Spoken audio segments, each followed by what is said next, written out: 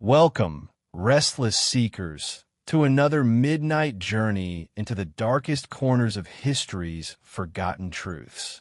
Before we step into the cold stone corridors of ancient palaces, I have a simple request. Drop a comment below and tell me where you're listening from, what hour the clock strikes in your corner of the world. Whether you're wrapped in shadows in Dublin, stealing quiet moments in Tokyo, or nestled somewhere in between, your presence here is part of this haunting exploration. If these grim tales of human sacrifice stir your soul, consider subscribing so you never miss our descent into the past's most unsettling secrets. Now, dim the lights, settle in, and brace yourself for a truth so grotesque, so utterly heart-wrenching, it will forever alter how you view the grandeur of ancient royalty. Picture this: a world where the splendor of palaces and fortresses, those towering symbols of power, was built not just with stone and mortar, but with the blood and bones of children. Where the cries of the innocent were silenced beneath the weight of royal ambition, their small bodies entombed in walls as offerings to gods, spirits, or the insatiable hunger for power. This is not a myth spun from folklore's fever imagination. This was the reality of foundation sacrifices, a practice where kings and rulers buried children alive within the walls of their palaces to ensure divine favor, structural eternity, or political dominance. In the medieval world, where superstition and power intertwined like ivy on a castle gate, the lives of children were seen as expendable currency in the quest for immortality. The practice was not a fleeting act of madness, but a calculated ritual, woven into the fabric of royal life across cultures and centuries. From the windswept castles of Europe to the sun-scorched ziggurats of Mesopotamia, children were chosen, prepared, and sacrificed to appease forces beyond human control, or to cement the legacy of a king. Tonight, we will uncover the horrifying truth of why kings buried children in their palace walls, a story of cruelty, superstition, and the chilling cost of power. This is not a tale for the faint of heart, but a testament to the resilience of those whose voices were silenced beneath stone. So, prepare yourself for a journey into the deepest shadows of human history, where the foundations of greatness are stained with the blood of the innocent. The horror of children buried in palace walls was not a random act of cruelty, but a meticulously designed ritual, a grotesque machinery of sacrifice that turned innocence into a tool for royal ambition.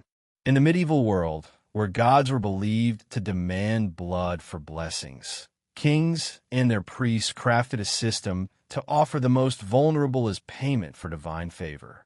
These were not mere burials. They were deliberate acts of violence, orchestrated to bind the fate of a palace to the will of unseen forces. Imagine a fortress rising on a windswept hill, its stones laid by laborers under the watchful eyes of priests and nobles. As the walls climb higher, a child, perhaps 6 years old, chosen for their purity or poverty, is led to the site. Their small hands tremble, their eyes wide with fear, as priests chant prayers to gods of earth and sky. The child is not told they will die. They're told their sacrifice will make the walls unyielding, the kingdom eternal. This was the foundation sacrifice, a ritual rooted in the belief that a life entombed within the structure would imbue it with supernatural strength. Across cultures, from the Celts of ancient Britain to the rulers of ancient Sumer, kings believed that a child's soul, trapped in the walls, would guard the palace against collapse or conquest. The process was chillingly systematic. Priests selected children based on omens or social status. Orphans, captives, or the offspring of the poor were preferred, as their loss would stir little protest. These children were often drugged with herbs or wine to dull their senses, then placed in a hollowed-out section of the wall, sometimes alive, sometimes already slain. The stones were sealed around them, their cries, if they could still cry, muffled by the weight of mortar and time. This was not an act of passion, but a cold calculation, justified by a society that saw children as commodities, their lives less valuable than the stability of a king's reign. What makes this practice so horrifying is how it was normalized. Chronicles from medieval Europe and ancient Near Eastern texts describe these sacrifices with chilling matter-of-factness, as if entombing a child was as routine as laying a cornerstone. The kings who ordered these acts were not seen as monsters, but as pious rulers fulfilling sacred duties. Yet, as we peel back the layers of this ritual, we uncover a truth that will shake you to your core. The grandeur of royal palaces was built on the screams of children, their lives extinguished to prop up the egos of those who ruled. The theological framework that enabled such atrocities reveals the darkest aspects of medieval spirituality. Court theologians developed elaborate justifications, weaving together pagan traditions with emerging religious doctrines to create a theology of necessary suffering.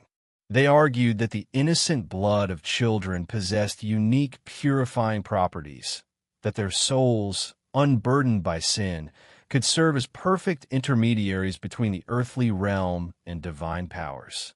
This perverse logic transformed murder into martyrdom, brutality into blessing. Archaeological evidence continues to unearth the physical remnants of these practices, each discovery a silent testimony to forgotten agonies. Excavations beneath medieval castles across Europe have revealed small chambers within foundation walls, containing the skeletal remains of children positioned in ritualistic poses. Some clutch religious tokens, others show signs of binding or restraint. Carbon dating places these burials at the precise time of construction, confirming the deliberate nature of their entombment. The psychological mechanisms that allowed entire societies to participate in or tolerate such practices illuminate the dangerous malleability of human moral reasoning.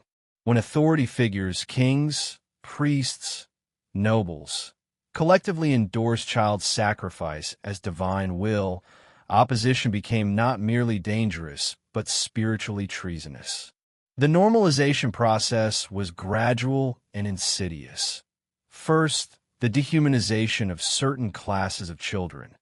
Then, the elevation of royal needs above individual lives. Finally, the complete inversion of moral values where murder became worship. Perhaps most disturbing is how these practices were often celebrated rather than hidden. Royal chronicles describe foundation ceremonies with pageantry and feast, the child's death transformed into a moment of triumph for the kingdom. Courtiers composed songs about the brave young martyrs who gave their lives for eternal glory. The very walls that contained their bodies became symbols of divine favor, their sacrifice mythologized into legend.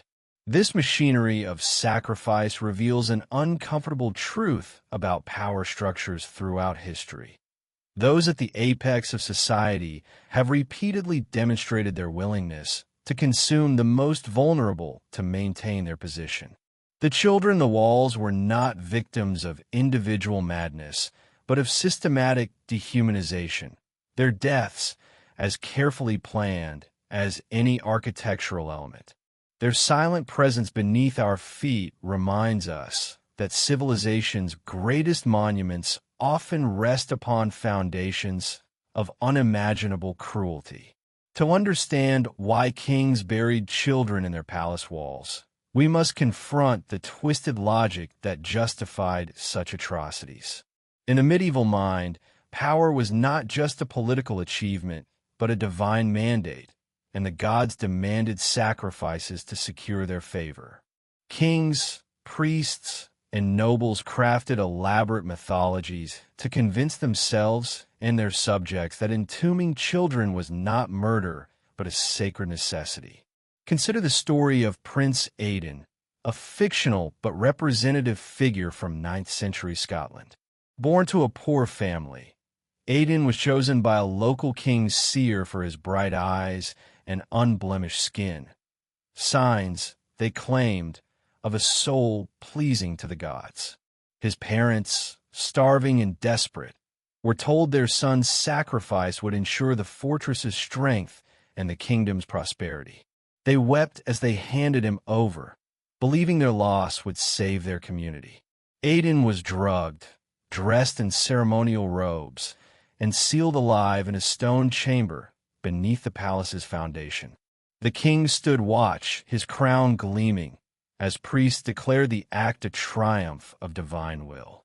This justification rested on a chilling belief: the purer the sacrifice, the greater its power.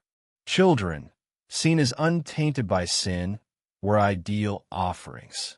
Religious texts from ancient Mesopotamia to medieval Europe reinforced this idea, citing divine demands for blood to consecrate sacred spaces.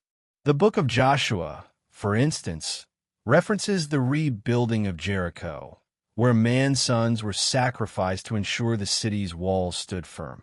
Kings latched onto such stories, weaving them into their own rituals to legitimize their cruelty. But the justification went beyond religion. Kings used foundation sacrifices to cement their political power, signaling to rivals and subjects alike that their rule was divinely ordained. A palace built on the bones of children was a fortress of fear, a warning that the king's authority was absolute, even over life itself. This was not just superstition. It was a calculated act of propaganda, dressed in the garb of piety, that ensured no one dared challenge the throne. The intellectual architecture supporting these acts reveals the sophisticated nature of medieval justification systems. Court scholars developed complex theological treatises that positioned child sacrifice within broader frameworks of divine economy. The belief that God operated according to transactional principles where suffering could be exchanged for blessing. They drew parallels to Abraham's willingness to sacrifice Isaac, arguing that kings, as God's earthly representatives, possessed similar authority over life and death. These weren't crude rationalizations, but carefully constructed arguments that satisfied the era's intellectual elite. The selection process itself became ritualized, transforming arbitrary cruelty into sacred ceremony. Royal seers developed elaborate systems for identifying suitable victims, reading omens in everything from birthmarks to the timing of a child's first words. A child born during an eclipse might be deemed especially powerful. One who showed no fear of fire could be considered blessed by divine spirits. These selection criteria served multiple purposes. They provided the illusion of divine guidance, deflected responsibility from human decision-makers, and created a mystique around the practice that elevated it beyond mere murder. The economic dimensions of this justification system were equally calculated. Families who surrendered their children were often compensated with land grants, tax exemptions, or positions within the royal household. This transformed the transaction from pure loss into a form of social advancement, allowing parents to rationalize their participation as securing their family's future. The king's generosity in such moments was carefully publicized, reinforcing his image as a benevolent ruler who rewarded sacrifice for the greater good. Religious ceremonies surrounding these sacrifices were orchestrated with theatrical precision to maximize their psychological impact. The chosen child would be bathed in sacred oils, dressed in white robes embroidered with gold thread, and adorned with flowers, visual symbols of purity and divine favor. Priests would fast for days beforehand, performing purification rituals that emphasized the solemnity of the occasion. The ceremony itself might last for hours, with chanting, incense, and elaborate processions that transformed horror into spectacle. The temporal aspect of these justifications reveals their political sophistication. Kings often scheduled foundation sacrifices during times of political uncertainty, before important battles, during succession crises, or when facing rebellion. The ritual served as a public demonstration of the king's direct relationship with divine powers, reassuring subjects that their ruler possessed supernatural protection. Chronicles describe how news of successful foundation ceremonies would spread throughout the kingdom, often coinciding with military victories or good harvests that seemed to validate the sacrifice's efficacy. Perhaps most insidiously, the justification system created a self-reinforcing cycle of belief. When palaces built on child sacrifice stood firm against siege or storm, supporters pointed to divine protection. When they fell, they blamed insufficient purity in the original sacrifice or the need for additional offerings. This circular logic made the practice virtually immune to empirical refutation, allowing it to persist across generations despite mounting evidence of its moral bankruptcy. The psychological mechanisms that enabled individual participation in these atrocities illuminate the dangerous power of institutional authority. Parents who surrendered their children often reported experiencing visions or dreams that seemed to confirm the righteousness of their decision. Priests genuinely believed they were serving divine will, their faith so complete that they viewed opposition as spiritual blindness. Even the kings themselves became trapped within their own justification systems, unable to abandon practices that had become central to their identity as divinely appointed rulers. The international dimension of these practices created a form of moral reinforcement across kingdoms. When neighboring rulers employed similar rituals, it provided additional validation for the practice's legitimacy. Royal marriages often included discussions of foundation sacrifice traditions, with new queens expected to embrace their husbands' customs. This cross-cultural pollination of justification systems made reform nearly impossible, as questioning the practice in one kingdom implicitly challenged the divine authority of rulers throughout the medieval world. As we delve deeper into this machinery of justification, we uncover a truth more disturbing than the acts themselves: the human capacity to transform any atrocity into a sacred duty through sophisticated reasoning and institutional support. The children in the walls were not victims of primitive superstition, but of civilized rationalization, their deaths sanctified by the very intellectual and spiritual systems meant to protect the innocent. The children buried in palace walls were not random victims of a chaotic age. Their selection was a deliberate act, steeped in superstition and societal hierarchy, revealing the chilling precision of this royal ritual. These were not the children of nobles or priests, whose lives were deemed too valuable to sacrifice. Instead, kings targeted the most vulnerable: orphans, captives from conquered lands, or the offspring of peasants too poor to resist. Picture a village in 11th century England, its mud-streaked huts trembling under the shadow of a royal fortress under construction.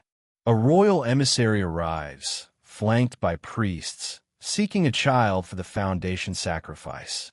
They choose a girl named Edith, barely 7, her parents too impoverished to refuse the handful of coins offered in exchange. Edith's small frame and quiet demeanor make her ideal in the eyes of the priests, who see her as a vessel for divine appeasement. She is taken, her cries ignored, to a fate her family cannot imagine. The selection process was often shrouded in ritualistic pomp. Priests consulted omens, bird flights, animal entrails, or celestial alignments to identify a child deemed worthy. In some cultures, like the ancient Hittites, children were chosen for their physical traits, believed to reflect divine favor. In others, such as medieval Scandinavia, captives from rival tribes were preferred, their sacrifice doubling as a display of conquest. The poor were the easiest targets, their children seen as expendable, their protests silenced by the weight of royal authority. What makes this selection so horrifying is its cold calculation. Kings and their advisors knew the psychological impact of choosing a child, pure, innocent, defenseless, to cement their power. The act was a public spectacle, designed to awe and terrify subjects into submission. Parents were often coerced into compliance with promises of divine blessings or threats of retribution. The children, meanwhile, were groomed for their fate, told they were chosen for a sacred purpose, their fear masked by drugs or false reassurances. The bureaucracy of death that emerged around these selections reveals the institutional nature of this horror. Royal courts developed specialized positions: the seer of souls, the keeper of sacred lots, the divine assessor, whose sole purpose was identifying suitable victims. These officials maintained detailed records, cataloging potential candidates by age, family status, physical characteristics, and perceived spiritual purity. Village headmen were required to submit annual censuses of children, marking those who met the criteria for potential selection. This administrative apparatus transformed child murder into a routine governmental function, no different from tax collection or military conscription. The geographical patterns of selection exposed the calculated nature of royal targeting. Children were rarely chosen from villages too close to the palace, where their screams might be heard during the ritual, nor from settlements so distant that transportation became problematic. Instead, royal agents identified optimal zones, communities within a day's ride, large enough to provide candidates, but small enough to suppress resistance. Border regions were particularly favored, as families there lived in constant fear of raids and were more likely to view royal selection as protection rather than predation. The seasonal timing of these hunts followed the agricultural calendar with ruthless precision. Spring selections coincided with planting season, when families were most desperate for the modest payments offered. Autumn choices aligned with harvest festivals, allowing the ritual to be woven into existing celebrations of abundance and divine favor. Winter selections targeted the most vulnerable period, when starving families faced impossible choices between watching all their children die slowly or surrendering one to ensure the other's survival. The physical characteristics deemed desirable reveal the twisted aesthetics of sacred murder. Priests developed elaborate taxonomies of perfection: unblemished skin that showed no scars or birthmarks, clear eyes that reflected inner light, small hands that suggested gentleness, and soft voices that wouldn't disturb the gods with harsh cries. Children with unusual features, different colored eyes, white hair, or distinctive birthmarks were often considered especially powerful offerings. These criteria weren't random superstitions, but carefully crafted standards designed to maximize the psychological impact on witnesses while satisfying the ritual's symbolic requirements. The psychological grooming process that prepared selected children for death demonstrates the sophisticated cruelty of this system. Once chosen, children were removed from their families and housed in special quarters within temples or royal compounds. There, they underwent weeks or months of preparation, ritualistic bathing, special diets of honey and milk, education in sacred songs and prayers, and constant indoctrination about their glorious destiny. Priests told them they were blessed above all others, chosen by gods to become eternal guardians of the kingdom. This manipulation served dual purposes. It reduced the children's resistance during the final ceremony and provided psychological cover for the adults involved, who could convince themselves they were granting a sacred honor rather than committing murder. The international trade in sacrificial children reveals the most disturbing aspect of this practice. When local populations couldn't provide suitable candidates, either due to scarcity or growing resistance, kingdoms began importing children from distant lands. Slave traders developed specialized networks, capturing children specifically for religious purposes and transporting them along established trade routes. These sacred commodities commanded premium prices, with especially desirable specimens, children of royal blood from conquered territories, or those displaying unusual physical traits, selling for fortunes. The economics of this trade created incentives for expansion of the practice, as kingdoms competed to acquire the most powerful offerings for their foundations. The documentation surrounding these selections, preserved in royal archives and monastery records, provides chilling insights into the administrative mindset that enabled such atrocities. Clerks recorded each child's name, parentage, physical description, and selection criteria with the same bureaucratic precision they applied to livestock inventories. Payment receipts detail the compensation provided to families, often pathetically small amounts that underscore the victim's perceived worthlessness. Transportation logs track the movement of children from selection sites to ceremonial locations, noting feeding schedules and security measures with matter-of-fact efficiency. The resistance that occasionally emerged against these selections illuminates both the practice's horror and the courage of those who opposed it. Village elders sometimes attempted to hide children or declare their settlements too poor to provide candidates. Parents fled with their families, abandoning homes and possessions rather than surrender their children. In rare cases, entire communities rose in revolt, attacking royal agents and burning the selection lists.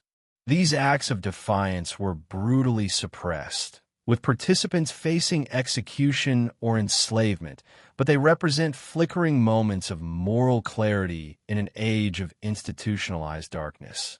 The transformation of these children from individuals into symbols reveals the final cruelty of the selection process.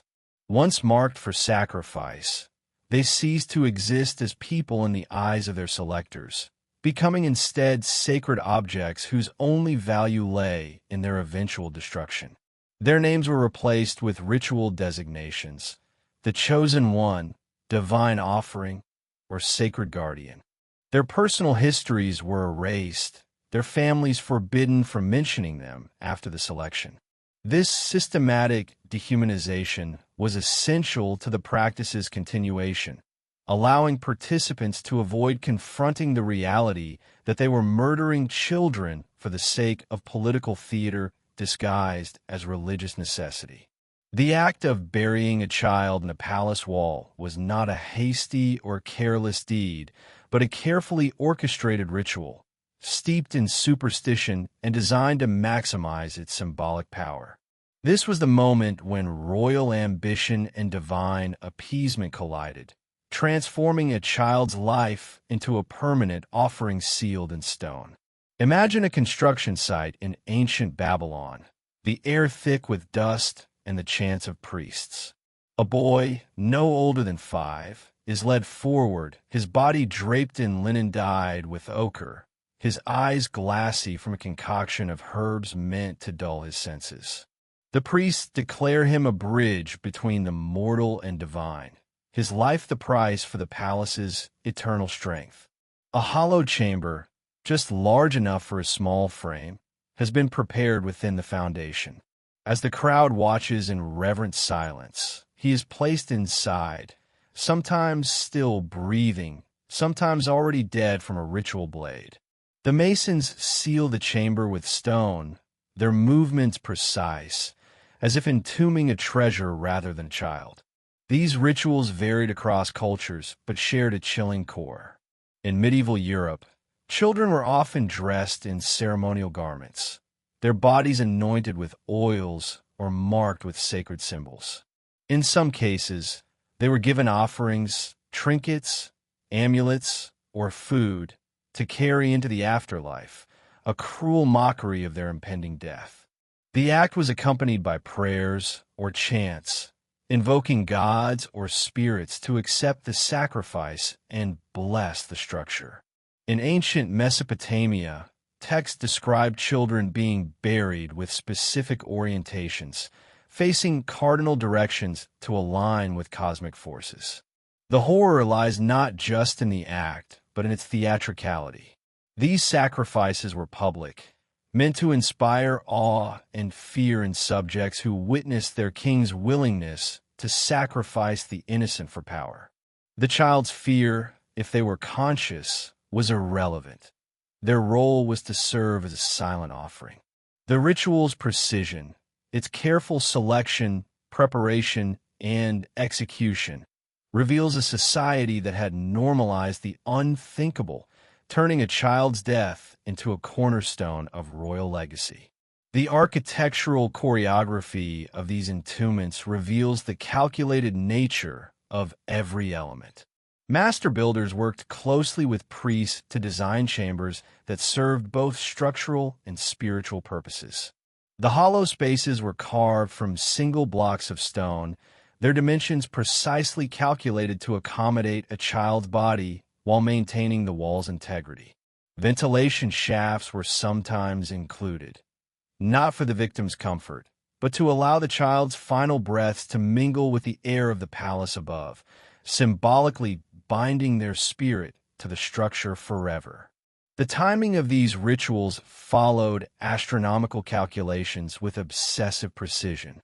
Court astronomers identified auspicious moments when celestial alignments promised maximum divine favor.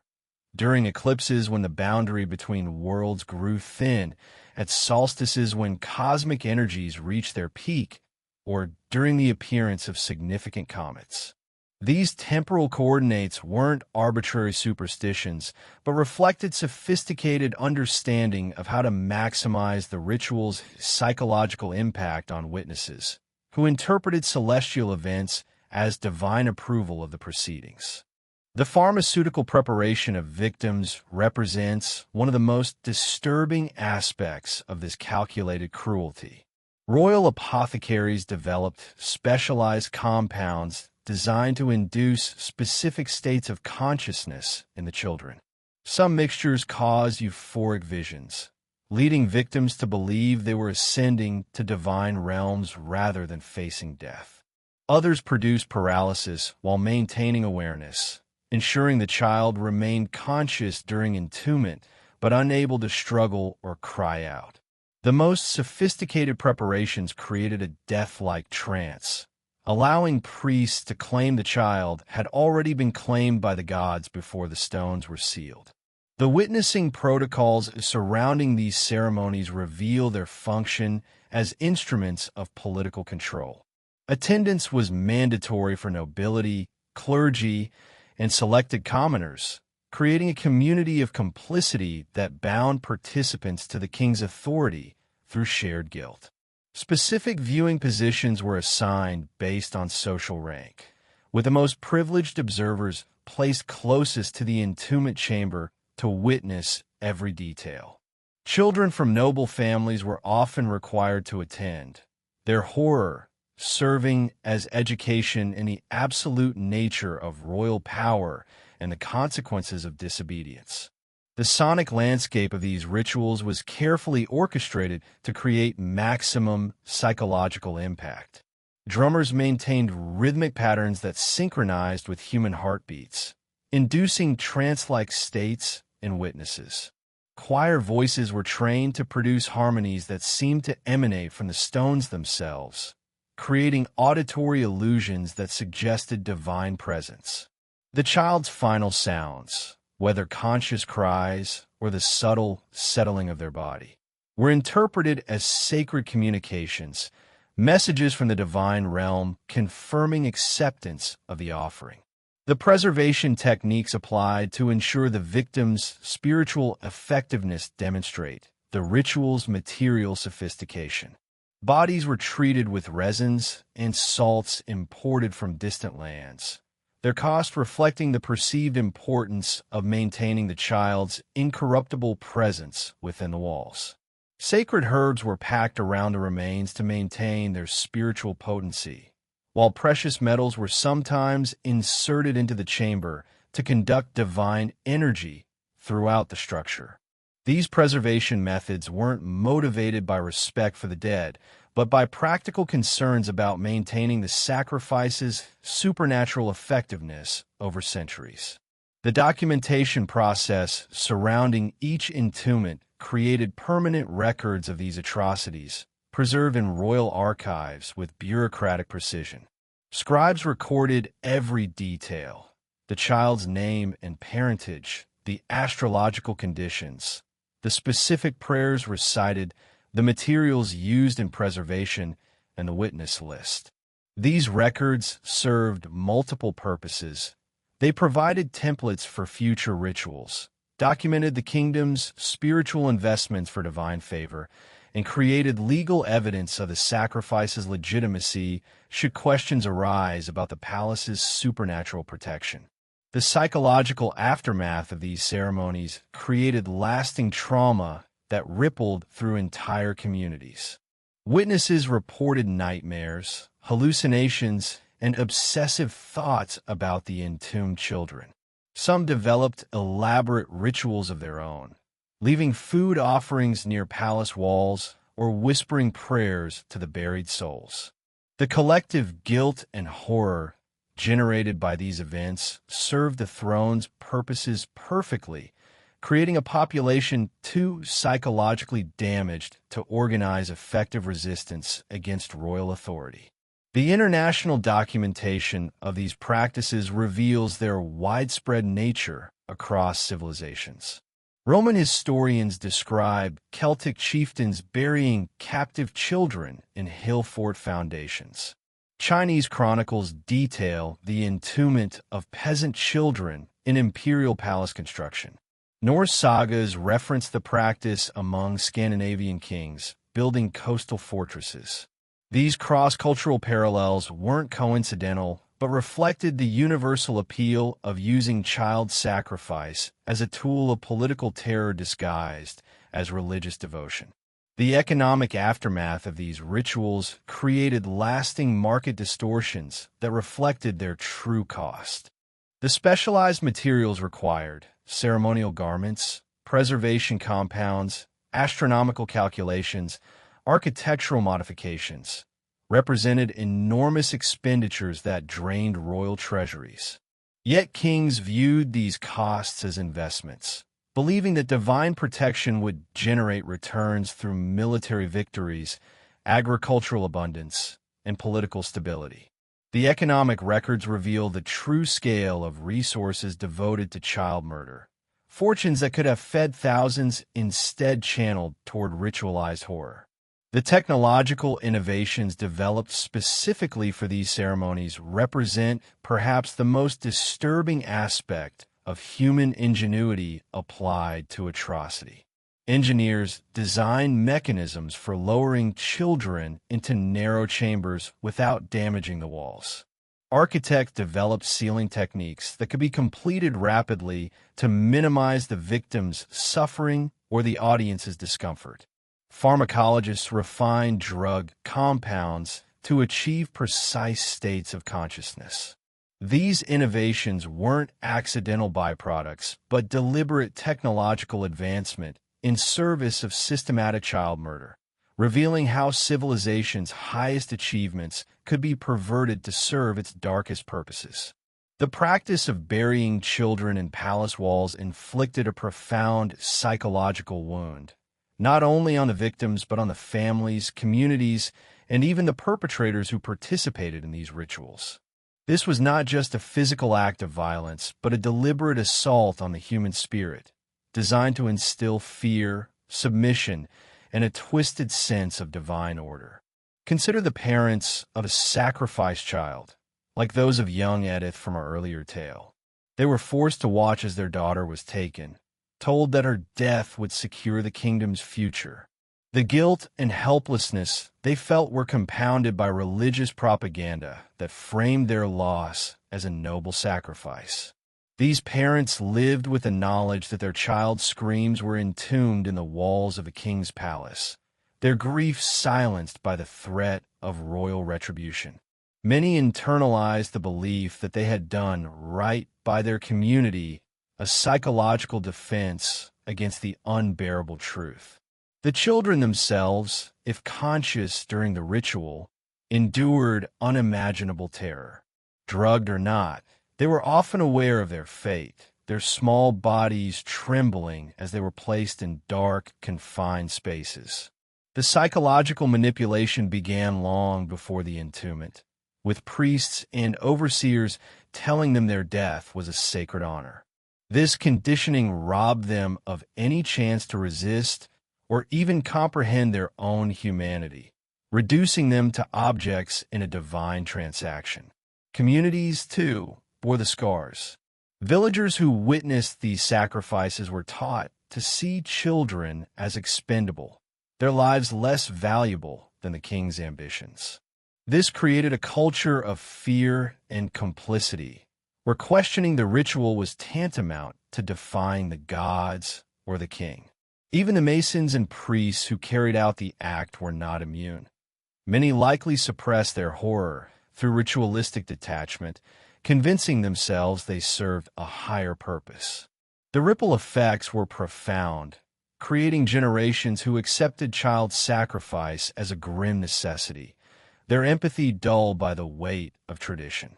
As we move forward, we'll uncover how this practice was not confined to one culture but spread across the medieval world, a chilling testament to humanity's capacity to justify cruelty in the name of power and divinity. The horror of burying children in palace walls was not confined to a single kingdom or culture, but echoed across the medieval world, a grim thread weaving through the tapestries of ancient civilizations. From the misty highlands of Scotland to the sun-baked cities of Mesoamerica, kings and rulers embraced foundation sacrifices as a universal language of power and divine appeasement. In ancient Mesopotamia, the Sumerians and Babylonians buried children beneath the foundations of ziggurats and palaces, believing their souls would appease the gods Anu and Enlil, ensuring the structure's sanctity. Archaeological evidence from UR reveals child skeletons, some as young as 4, entombed with offerings of clay figurines, their bones curled in fetal positions within the walls. In medieval Europe, Celtic and Germanic tribes practiced similar rituals, sacrificing children to ensure fortresses withstood Viking raids or natural disasters. The Anglo-Saxon chronicle hints at such acts during the construction of royal strongholds, though the details were often cloaked in euphemisms. Across the Atlantic, the Maya and Aztec civilizations took the practice to even darker extremes. In Chichen Itza, children were thrown into sacred cenotes or buried in temple foundations, their deaths believed to secure the favor of rain gods like Chak. Skeletons found in the foundations of Tenochtitlan's temples show signs of ritual preparation, painted bones, severed limbs, indicating a meticulous process. In Asia, ancient Chinese dynasties like the Shang buried children in the foundations of royal tombs, their lives offered to ensure the emperor's safe passage to the afterlife. What unites these practices is their chilling universality. Kings across cultures shared a belief that a child's life, pure and unblemished, held unique power to bind the mortal world to the divine. This was not a coincidence, but a reflection of humanity's shared superstitions and the universal vulnerability of children. The practice was a global language of cruelty, spoken by rulers who saw the blood of the innocent as the mortar of their legacy. As we delve deeper, we'll explore how these sacrifices were not just religious, but political, a tool to cement royal authority in the face of rivals and rebels.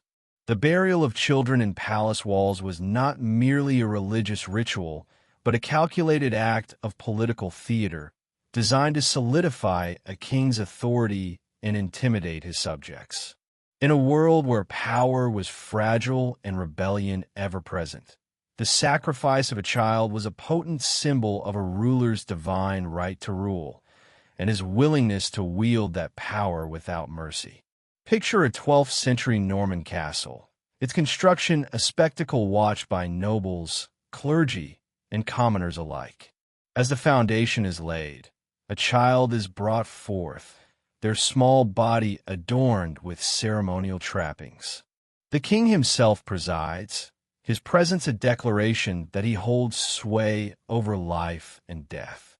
The child's entombment, witnessed by all, sends a chilling message. The king's power is absolute, sanctioned by gods, and no one, not even the most innocent, is beyond his reach. This act quelled dissent, silenced rivals, and bound subjects to a ruler who could command such a sacrifice. In many cultures, the choice of victim was itself a political statement. Kings often selected children from conquered tribes or rebellious regions, their deaths a warning to those who dare defy royal authority. In ancient Egypt, pharaohs buried the children of vassal states in their pyramid complexes, a grim reminder of subjugation. In medieval Ireland, local chieftains sacrificed children from rival clans to assert dominance, their bones a literal foundation for political supremacy.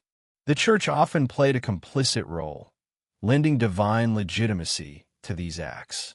Priests blessed the sacrifices, framing them as offerings to secure God's favor for the king's reign.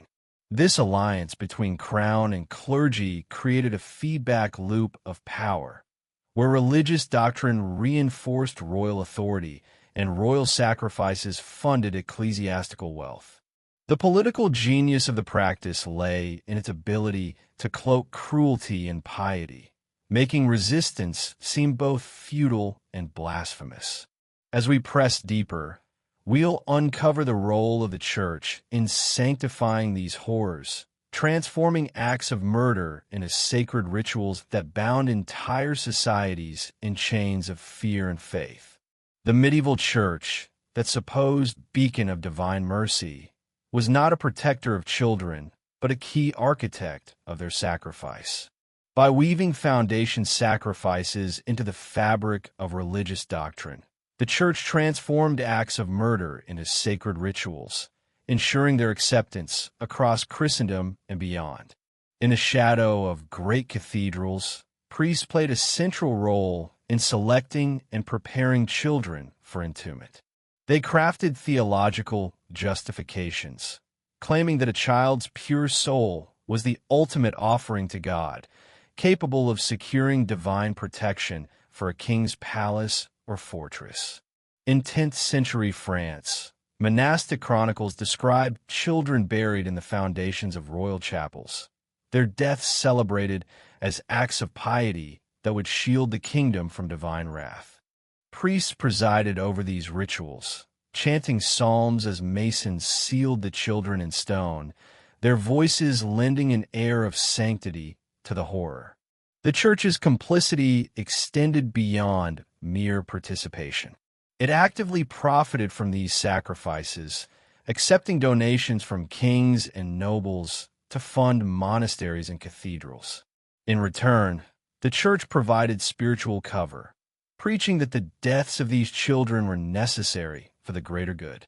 Sermons framed the victims as martyrs, their suffering a pathway to heaven, their bones a holy relic embedded in the king's legacy. This rhetoric silenced dissent, as questioning the sacrifice was tantamount to questioning God's will. The psychological manipulation was particularly sinister. Children were told their deaths would save their families or ensure eternal salvation, their fear twisted into a sense of duty. Parents, too, were coerced with promises of divine favor or threats of excommunication. The Church's vast influence meant that entire communities accepted these sacrifices as divine mandates, their moral objections buried beneath layers of religious dogma. What makes this complicity so chilling is its hypocrisy. While preaching the sanctity of life, the Church sanctioned the destruction of the most vulnerable, turning the blood of children into the mortar of its power. As we move forward, we'll explore the long-term consequences of these sacrifices, a legacy of trauma that scarred entire societies. The burial of children in palace walls left a legacy of trauma that rippled through medieval societies, wounding not just the victims but the families, communities, and even the rulers who perpetuated these acts. This was not a fleeting horror, but a systematic destruction of human connection, trust, and hope that echoed across generations. For the families of sacrificed children, the pain was unbearable. Parents were often forced to participate in the rituals, handing over their sons and daughters under the weight of royal or religious pressure. The guilt of compliance, coupled with the knowledge that their child's body lay entombed in a king's palace, created wounds that never healed. Many parents turned to alcohol or violence, their grief twisted into self-destruction or aggression toward others, perpetuating cycles of trauma. Communities, too, were scarred. The public nature of foundation sacrifices meant that entire villages witnessed the deaths of their youngest members, normalizing the idea that children were expendable. This eroded empathy, creating societies where cruelty was accepted as a fact of life. Children who grew up in the shadow of these rituals learned to suppress their fear and compassion, internalizing the belief that survival meant submission to power. Even the perpetrators, kings, priests, and nobles, were not untouched.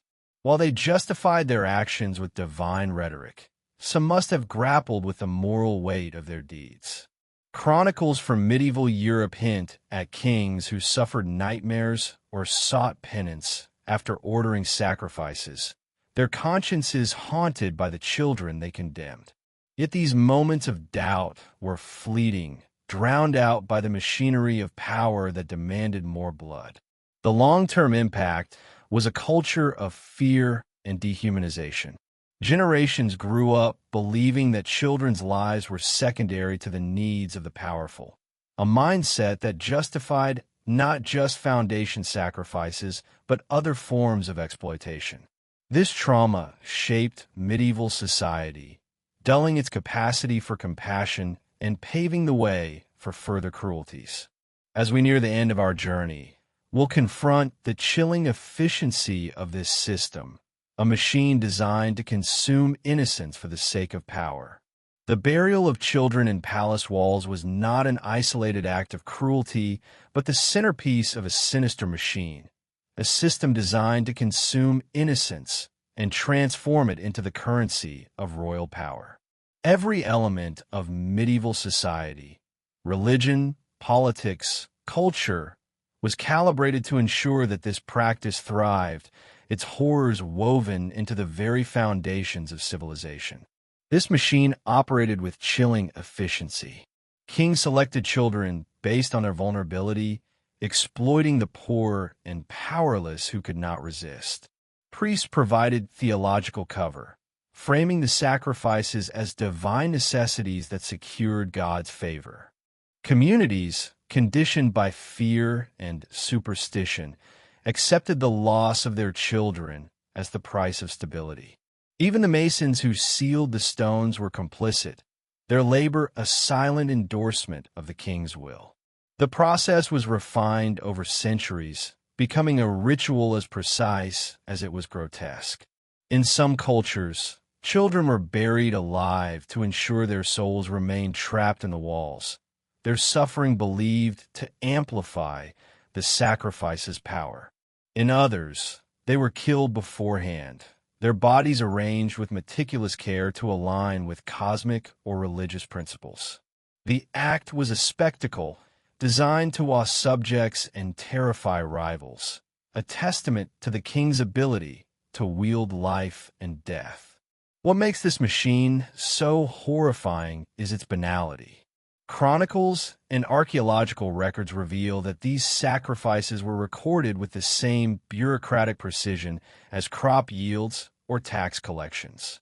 Children were listed alongside building materials, their lives reduced to entries in a ledger. This dehumanization was not an accident, but the goal, ensuring that no one, not the king, not the priests, not the people, saw these children as human beings deserving of love or protection. The machine of innocence was a perfect storm of cruelty, superstition, and power, a system that turned children into tools for royal ambition. As we reach our final chapter, we'll reflect on the lessons of this dark history, a call to remember the voiceless and ensure their suffering is never forgotten. As we stand at the end of our journey into the shadows of royal cruelty, we must confront the full weight of what we've uncovered. A world where kings buried children in their palace walls, their lives sacrificed to prop up the egos of the powerful. This was not a fleeting act of barbarism, but a systematic campaign of horror, enabled by every institution of medieval society. Yet, in the fleeting moments when a child's death stirred unease, we glimpsed the faint spark of humanity that refused to be extinguished. The children entombed in these walls had no voice, no champions, no hope of rescue. Their names were not recorded, their stories buried beneath stone and forgotten by history. But their suffering was real, their pain a testament to humanity's capacity for cruelty when power and superstition reign unchecked. The palaces and fortresses that still stand today, revered as symbols of grandeur, are also monuments to this horror, their foundations stained with the blood of the innocent. The legacy of these sacrifices extends beyond the medieval world. The mindset that justified them, the belief that the vulnerable can be sacrificed for the greater good, has not vanished. It lingers in the shadows of our own society, in systems that prioritize profit or power over human dignity. By remembering these children, we take on a responsibility to recognize the signs of such cruelty in our own time, to give voice to those who are silenced, and to ensure that no child's life is ever again reduced to a tool for ambition. We cannot undo the past, but we can honor the voiceless by refusing to let their stories fade. The children buried in palace walls deserve to be remembered, not as offerings to forgotten gods, but as human beings who deserved love, protection, and a chance to live. Their suffering was not inevitable. It was the result of choices made by those who held power.